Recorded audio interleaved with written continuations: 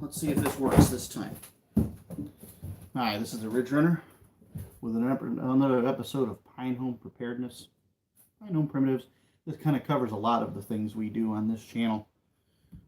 Today I'm going to talk to you a little bit about antique military rifles, or classic military rifles, I guess is a better term. Antique makes it sound like they're something to put on a wall. We're not talking about wall hangers today.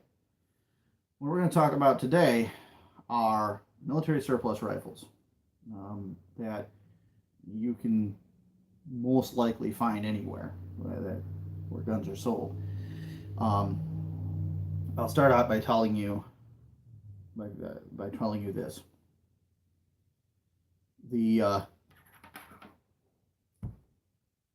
Colonel Townsend Wayland, who is kind of one of the guys that I read a lot from as a child, including a book called On Your Own in the Wilderness. Highly recommend you buy it or read it if you can find it. I think there's a Kindle edition. In it, he talks about how important one of the most important hunting tools you can carry is a good, straight, powerful, flat shooting rifle. He specifies 30 caliber or better, and that's a pretty good assessment.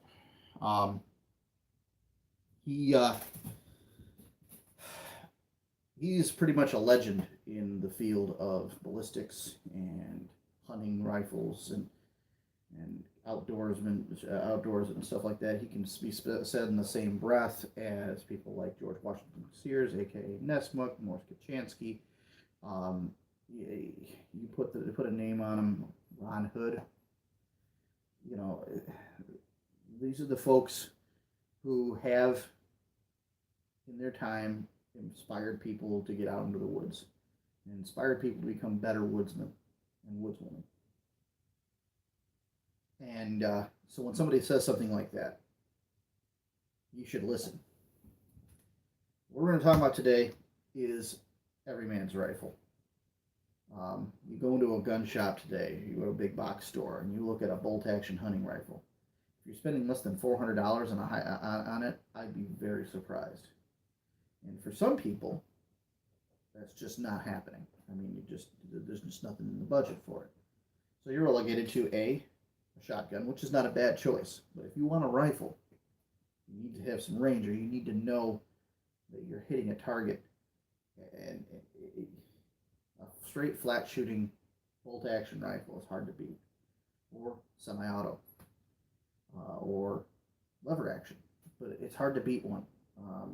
For pure killing capability when it comes to guaranteed getting an ethical kill on large game like deer and bear, elk, caribou, all those things.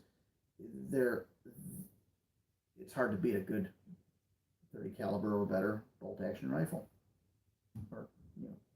Anyway, what we're going to talk about first is what I consider to be even one of the best deals out there, and these have been talked about to death. But I feel like if I don't mention it, I'm going to get a lot of conversation about why I wouldn't mention it, and I wonder myself if I were the one watching it. And we're going to start out with one of the best deals in military surplus weapons, period. This is the 9130 Mosin Nagant. Actually, this one's the M44. I got the carbine. I sold all of my long guns. I don't know why, because they're perfectly good rifles. This rifle takes the 7.62 by 54R, which stands for rimmed cartridge. Ballistically, it's very similar to the 3006. And we'll talk about the 3006 in a minute. The rifle goes for, well, I've seen them nowadays on the modern market for anywhere from $175 to $250. Still hard, a chunk of change. You're not going to get the deal I got, this is a 60. I paid $60 for this rifle, and one of the best $60 I've ever spent. This rifle will kill anything in North America. This rifle is reliable. It's accurate, and the round is still in use today. In fact, the rifle is still in use today by certain militaries, at least as a designated marksman's rifle or a sniper rifle, if you will. A lot of it was a Soviet designed rifle. Um, it was actually designed before the Soviets were around.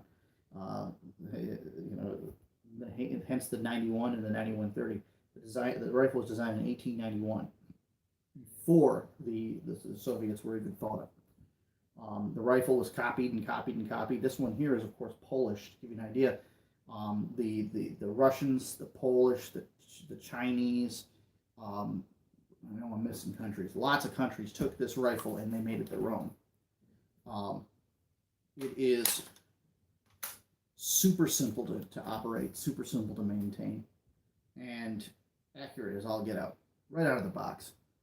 And like I said, even to this day, you can get them for $250 at most. If you're paying more than that, I'd look somewhere else. The round is made by many companies. Remington, Federal, they both make it. You can buy a lot of Russian-made rounds that are, of course, designed for this rifle. And the good thing about these rifles is because they're made by so many standard companies, they are, sorry, the dog kind of distracted me. They're making hunting rounds for it. This being a military rifle, it was designed to be run with what's called a full metal jacket. And for those of you who are not initiated into what firearms are all about, I'm no expert, but I'll tell you the difference between a hunting round, which has a soft point, a soft lead point, and then it's jacketed the rest of the way. Like the tip of the bullet is lead, and then the rest. I wish I'd brought one now, round down to go with it. And the rest of the bullet is copper jacketed. Sometimes they have steel cores, sometimes they don't. Most of the hunting rounds, they don't. The issue is that for a military rifle, they use what's called a full metal jacket. And I'm not talking about the movie, but a full metal, what they mean by that is that the copper, it completely encases the lead core of the bullet. It does not expand. It might deform slightly, but it does not expand, which means it'll go right through a target.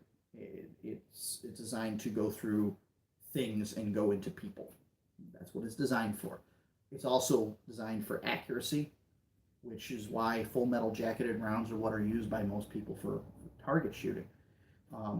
That being said, when it comes to being able to hunt and get an ethical kill, you definitely want that soft point, which is the good reason why the Mosin Nagant rifle in the 7.62 by 54R caliber is a phenomenal choice for a first rifle, or for if you're going to switch over to a military rifle, or you want one to case in some plastic and cosmoline and stuff it somewhere for that emergency day.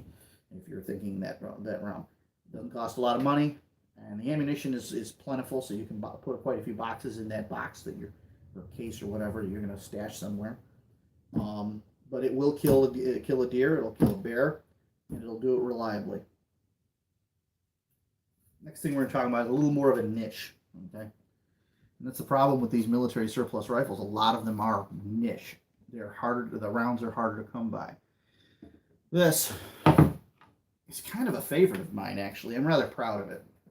This is a Krag Jorgensen carbine. Cartouche on the side, which is the stamp right here, which you probably can't see in the picture, says 1902. It's made by the Springfield Armory, and it's the model 1898 Krag Jorgensen carbine. Ourselves and a number of other countries use the same action with different calibers. This one here is in 30-40 Krag. The interesting thing about these rifles, if you look at a 30-40 or a 30-30 or a 45-70, you listen to those two different numbers there. Those numbers tell you that, one, they tell you all about the bullet in one thing, or the round in one thing. They tell you that this round originally was designed to be used with black powder, or during a time when people are still thinking that way. Like 45-70, for instance, is a 45 caliber bullet with 70 grains of black powder behind it. People think that rifle round is a huge round and it's a dangerous round. It looks big. It's big, and it's a buffalo rifle, and they used it for that. But it's a phenomenal deer rifle. And I know some people go, oh, it's too much gun to run the 45-70, and that's just too much gun. But if I told you I took a black powder, 45 caliber black powder rifle out to hunt deer, you go, maybe that's a little small. You shouldn't be using a 54 caliber or a 50 caliber, at least 45. That's really small, right? Well, guess what? I run a 45 caliber black powder rifle with 70 grains of black powder in the back. Those numbers should ring a bell because I just talked about them. 45 caliber round with 70 grains of black powder behind it. Same thing. Might be some difference in gas compression, but the point here is that these rifles were designed by people who were still thinking in the black powder thought process. 30 caliber bullet, 30 grains of black powder. There you go. Well, this one, 45 grains of 45 caliber, 30 caliber bullet, 40 grains of black powder. That's what it was designed to shoot. Now, of course, now we shoot modern smokeless powder. They just change how the powder is supposed to be run. I will make a caveat here. When you're talking about black powder rifles, muzzle loading black powder rifles, use nothing, never, but black powder or black powder equivalents in a black powder rifle. This is not a black powder rifle. It's just making sure to make it clear there's a difference. And if you use smokeless powder, modern smokeless powder in a black powder rifle, a muzzle loading rifle, you could get seriously injured or killed, and you will destroy the weapon.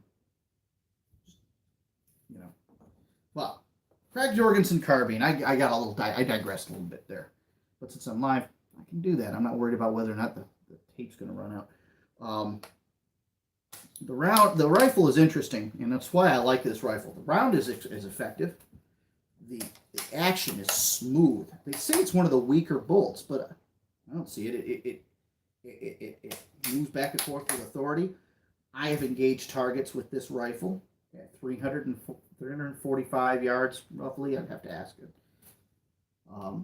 And hit my target with it. So within the range that upstate New York sees, which is it's well beyond what is necessary, believe it or not.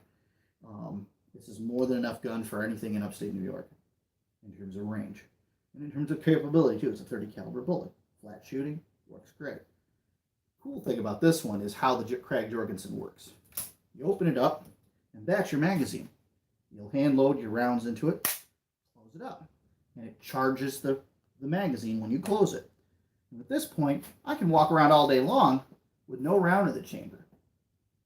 I can leave rounds in the magazine with no rounds in the chamber. You can't do that with any of the other bolt-action rifles I'm going to show you, except for one. That's a nice thing about this rifle. Now, here's the cool thing about it. I'm a Teddy Roosevelt fan. Couldn't tell by the hat.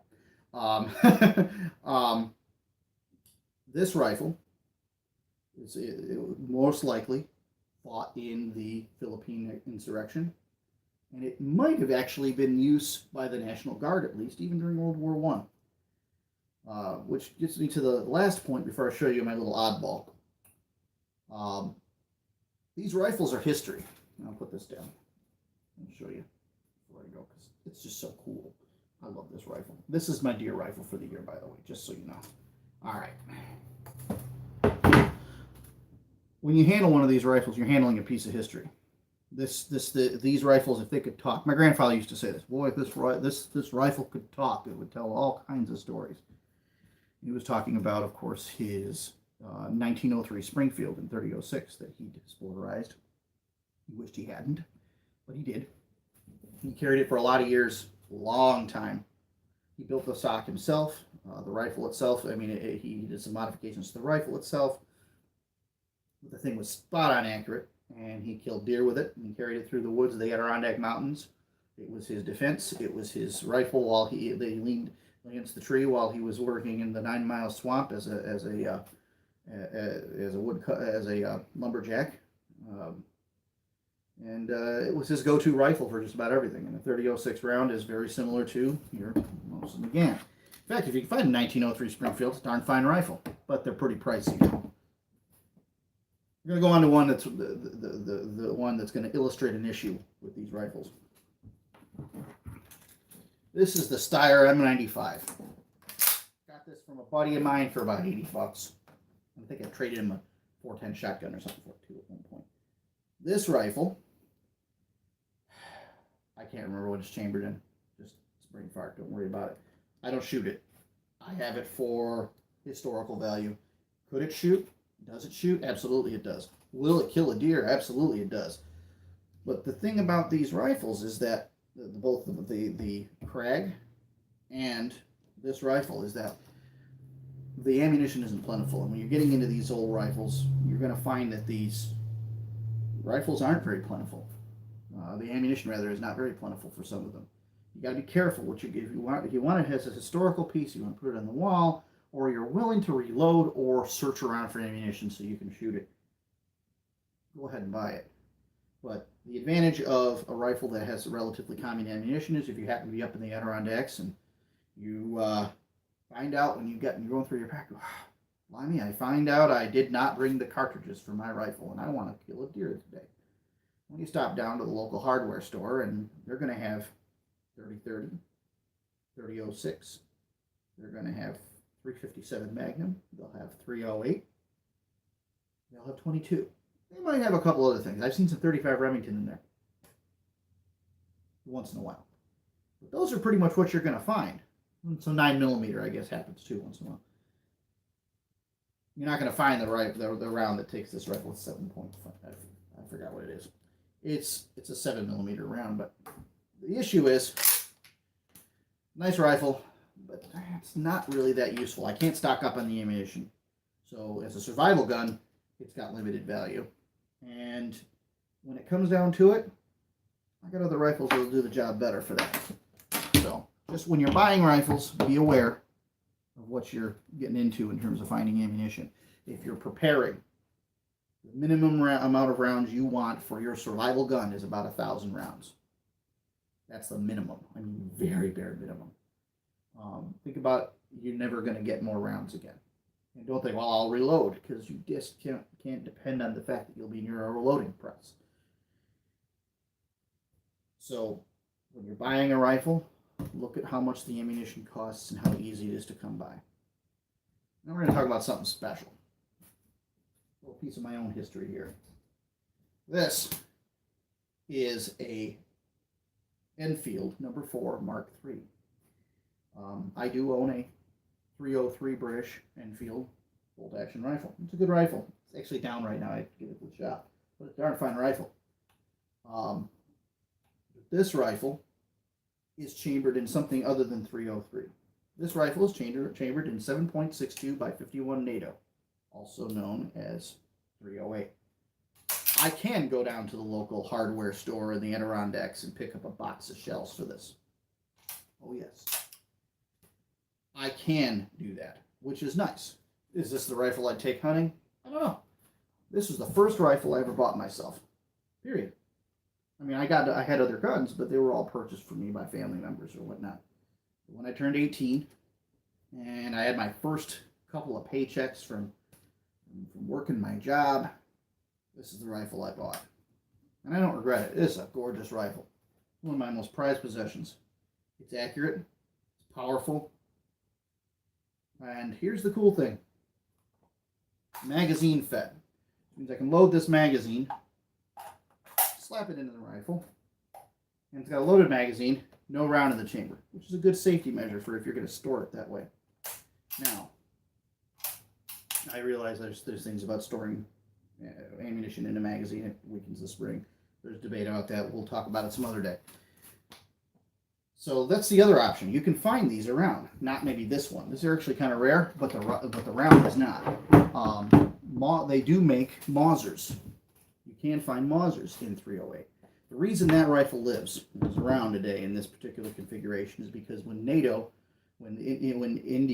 was part of NATO, and it still is, they had to conform their military to standardized ammunition so that any engagement that the Indian military was involved with would be able to commonly source the ammunition that they use. It still happens today. That's why most of NATO runs the Stanag magazine, and which is the one that goes in the M16 rifle and shoots the 5.56 round, 223. But the cool thing is that a lot of various countries who had lots of surplus rifles like this, like the Mausers, rebarreled them so that they would shoot 7.62 by 51 NATO, which means you can get a lot of different surplus rifles for that will shoot common ammunition. So, long and short of it is this: the everyman, the person who doesn't have a lot of money, who needs an effective rifle to hunt and defend their families and to defend the country, perhaps, cannot make too big a mistake by picking up one of these beautiful pieces of history. This Mosin Nagant, other than the fact that the rate of fire is very low compared to that of a modern rifle, this thing will hit its when I pull the trigger on this rifle, it will hit the target I'm aiming at. It will kill it, which means if I'm hunting deer, I will get an ethical kill. If I'm defending my family, it'll do the job too. So, with that in mind, I'm going to say goodbye for now, and but I hope you enjoyed what I've been talking about today. If you have any comments about about military rifles, you've got a particular favorite military rifle that you'd like to talk about, feel free to comment below, and please also don't be afraid to like and subscribe to Woodland and to the page, and check out woodlandsurvival.com. We put a lot of work into it. You can see us on Facebook as well under woodlandsurvival.com. And there's some exclusive content on there that I think you'll enjoy, about everything from hunting and guns to bushcraft and woodcraft and knives to canning and other activities that are helping people become independent.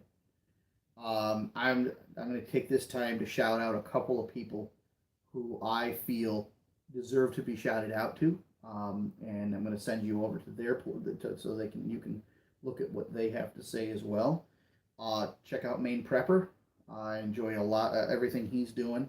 It's always fun to read his stuff, and he has a lot to say about these things as well. Hickok 45 also definitely should take a look at his channel. And last but certainly not least, get on over to thesurvivalpodcast.com and check out Jack Spirko's The Survival Podcast. It's the longest running survival-based podcast, and there's no tinfoil hattery going on.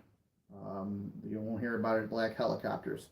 What you will hear about is practical advice by Jack and by an expert council that is filled with some amazing people that will give you more information about, as he says, living a better life if times get tough, and even if they don't. And I highly recommend you take a trip over there. Also, he can get you some pretty good deals too. So, with that, again, I'll just remind you to please like and subscribe to Pine Home, and check us out on Facebook. And this is the Ridge Runner signing off. I'm gonna have to do the awkward get up and move around thing here.